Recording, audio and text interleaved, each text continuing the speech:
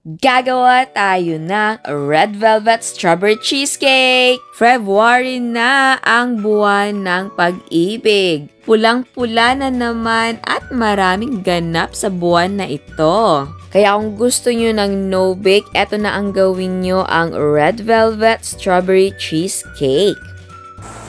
Ayan.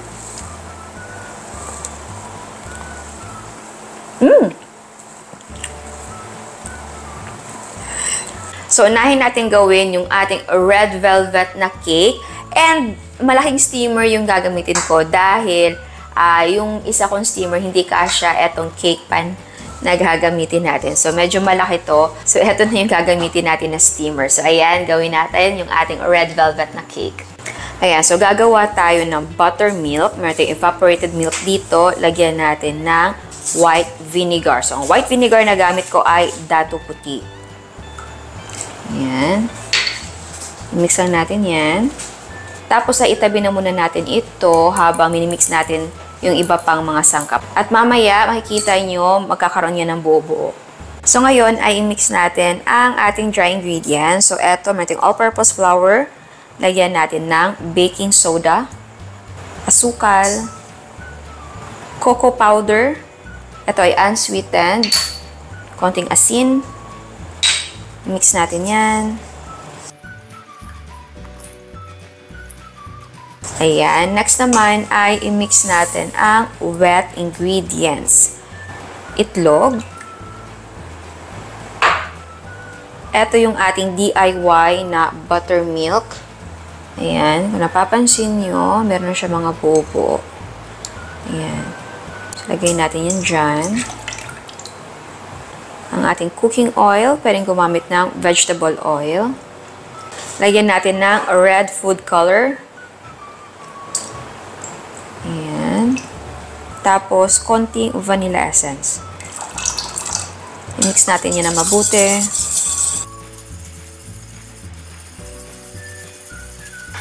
Ayan, na-mix na natin. Ngayon ay i-combine natin ang dry at wet ingredients. Ayan. Okay. Mix natin na mabuti.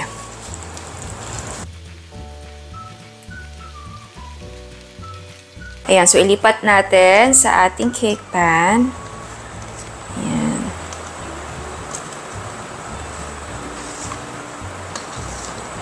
So, meron niyang parchment paper and nag-lightly grease ako ng buong cake pan natin.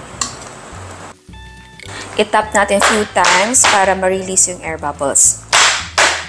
And ayan, kumukulo na ang ating tubig. So, ilagay na natin dito ang ating cake pan. Mag-ingat dahil mainit. At huwag kalimutan ang malinis na tela para hindi matuluan ng tubig or steam ang ating cake. At lutuin natin ito for 45 to 50 minutes over medium heat. And yes po, pwedeng i-bake ang cake natin sa oven talaga. And after 45 or 50 minutes, i-check natin. Gamit tayo ng toothpick, tusukin natin sa gitna. At ayan, hindi na basa ang cake, so luto na yan. Pero kung basa pa, extend the cooking time. Hanguin natin ito at palamigin natin ng mga 10 minutes at i-unmold na natin. Pagka-unmold ay i-cool natin ang cake completely.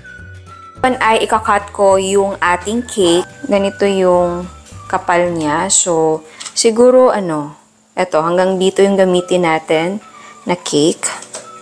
So, cut natin siya. Ayan, nakat na natin. So, ilipat natin siya. Ayan, so, depende yan kung gaano kanipis yung gusto mong gamitin na base ng cake. Ito yung natira. Ito yung parang dome niya. Ito naman yung nakat natin. Ayan. Ito ay optional kung gusto nyo na bilog lang. Kung wala kayong cake pan or wala kayong springform pan na heart. Kakat natin siya para maging heart yung shape niya. Dahil ilalagay ko siya dito sa ating springform na pan. Ayan. So, ayan siya. Ayan. So, ita-trace lang natin siya. And from here, cut tayo.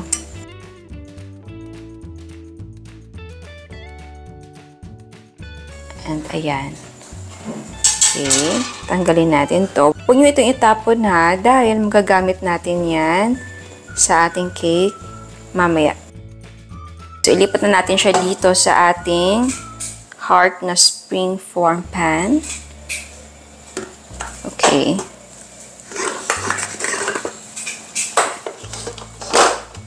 Ayan. So, ayusin lang natin. Okay. Ayan siya. Ayan, next ang gagawin natin ay yung ating cheesecake na base. So, eto yung usual na ginagawa ko na cheesecake. Pwede naman na ibang version ng no-bake cheesecake ang gawin nyo. Eto kasi yung like kong ginagawa. So, eto, dalawang cream cheese at dalawang all-purpose cream ang gamit ko. Tapos may condensed milk tayo. Pwede naman din na dalawang cream cheese, isang all-purpose cream. Tapos, kung ayaw nyo gumamit ng condensed milk, pwede naman na white sugar. And para mag-set or medyo maging firm naman yung ating cheesecake, gagamit ako ng gelatin. Ito po yung gamit ko. So, sa nagtatanong, magkaiba po ang gulaman at gelatin. Again, kung gumagawa kayo ng mousse cake or cheesecake, ang dapat gamitin ay gelatin. So, eto ay firm na, pero pwedeng gumamit ng ibang brand, gaya ng Knox. Yung iba, David's ata. Pero ang layo ko nakita sa grocery ay Ferna and Knox. Kung gulaman ang gagamitin nyo, iba talaga yung magiging result. So, ayan. Gawin na natin ang ating cheesecake base. Ayan, so ito yung ating gelatin. Ito ay clear at unflavored. So again, ang gelatin at gulaman ay magkaiba po. So gelatin ito, lagyan natin ng tubig. Ito ay room temperature, hindi mainit, hindi malamig. Ayan. So i-mix lang natin to para siguradong lahat ng grano ng ating gelatin ay basa. Ayan. So hayaan lang natin ito para mag-bloom. Ayan, ito naman ang ating cream cheese. Ito ay softened sa room temperature. So, mas mainam talaga na malambot na ang cream cheese bago natin siya i-mix. So, ilabas mo sa chiller na mga 2 hours bago ka magsimula mag-mix. Ayan, so i-cream na natin ito.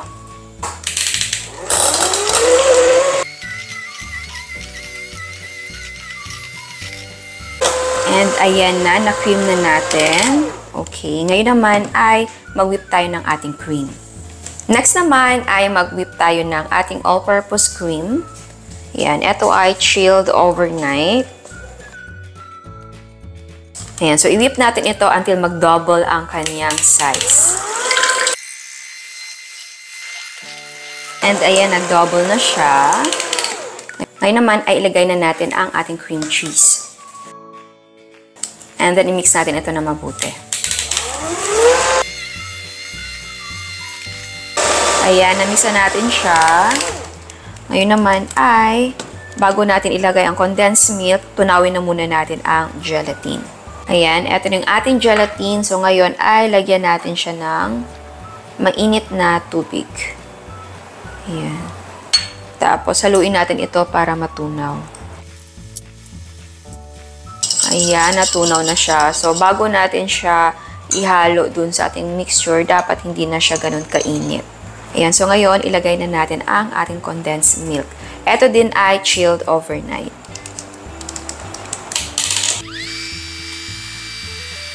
Ayan, pagka-mix natin, lagay na natin ang tinunaw natin na gelatin.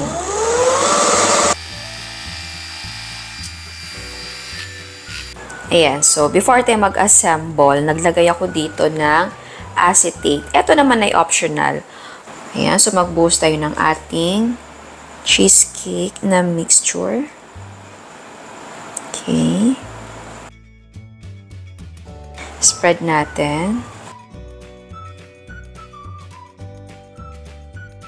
So, ayan, eto na yung ating full size at eto naman yung nasa individual na packaging. Ang ginamit kong cakes dito ay yung pinagtabasan natin. Lagay na muna natin ito sa chiller overnight.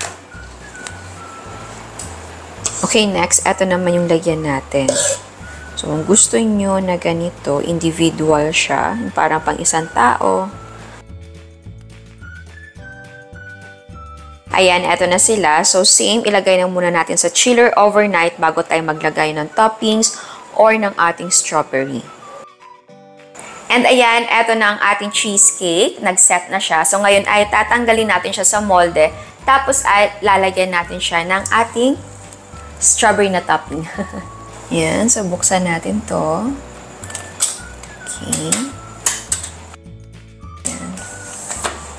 I-peel natin tong acetate natin. Dahan-dahan. Oh. Wow! Ayan. Okay, wait. Sige.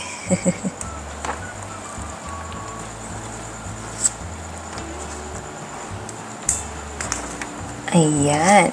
And then, maglagay na tayo ng strawberry topping.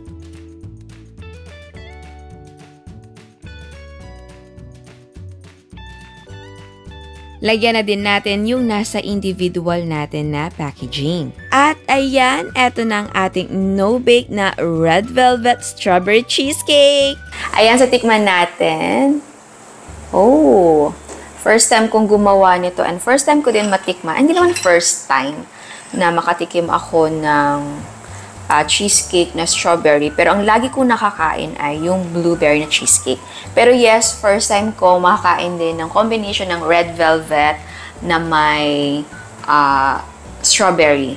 Sa red velvet, may nagawa na akong red velvet na cake na cheesecake din yung partner na parang pinalaman ko siya. Pero yun naman ay may itlog. So, ilalagay ko sa description box kung gusto yung makita yon. So, ayan. Tikman na natin. Teka, parang hindi ako kita. Ayan. Oh.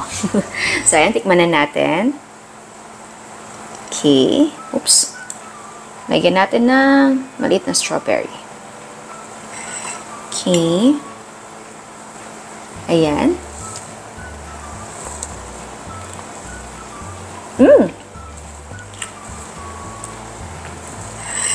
Ang perfect naman ang combination. Very moist yung ating red velvet na cake. Tapos, creamy naman yung ating cheesecake base.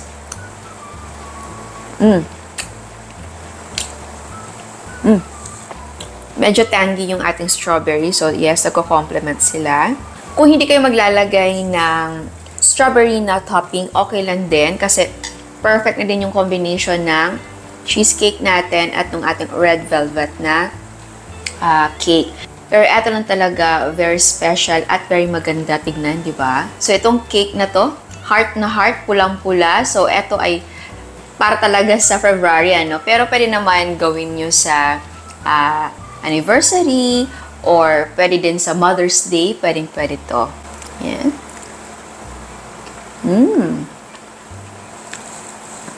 And yes, pwede naman na hindi siya heart-shaped na cake. Pwede bilog. Heart lang yung ginamit ko dahil nga Feb-ibig. So, malapit na ang Valentine. So, perfect, di ba? And of course, pwedeng maliit yung gawin nyo.